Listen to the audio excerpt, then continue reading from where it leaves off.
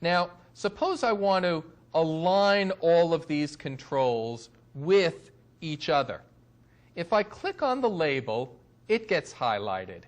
If I now hold the Shift key down, which is what I'm doing, and click on the text box, you'll notice that both the label and the text box are highlighted, and I have black sizing handles on the sides of the text box. Now, the reason that this text box only has black on the sides and not on the top or the bottom is the default setting for a text box is to have its multi-line property set to false, meaning you can only display a single line of text in the text box. And when that multi-line property is set to false, you are not allowed to resize the text box vertically. In other words, it can only be big enough to display a single line of text.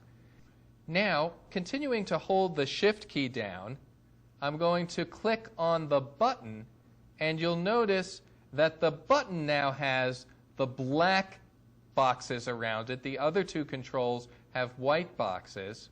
This means that the button is going to be in charge if I select a command to align all of the controls with each other or to make them all the same size. The one that will rule is the last one that was selected, which in this case is the button. And so let's try doing that. I'm going to go up to the Format menu, and under this Format menu, I'm going to choose Align Rights. So we're going to line up the right side of all these controls with what? With the right side of the button. So we now move the label, we move the text box, so they're all lined up. Now, suppose I want to make them all the same size, but I want them to be the same size as the label. What I can do is, without holding the Shift key down this time, I'm not holding the Shift key down, I'm just going to, three controls remain selected, except now the label is the one with the black boxes around it.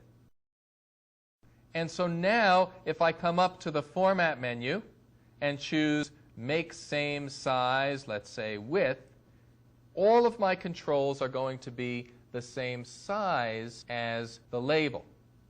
And of course, this threw off our alignment. So by using these different commands that you have available from the Format menu, and by selecting multiple controls at once, you have quite a bit of power available to you in terms of quickly formatting the controls to be placed and sized the way you want them.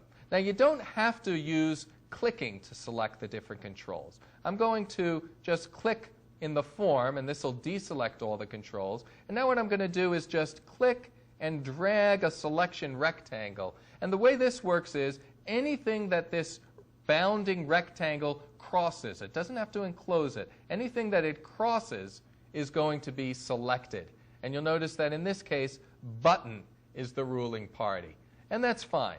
Let's go back to our Format menu, and we will align centers with the button, and we'll go back to the Format menu, and I'll select this time vertical spacing, and we'll make the vertical spacing equal.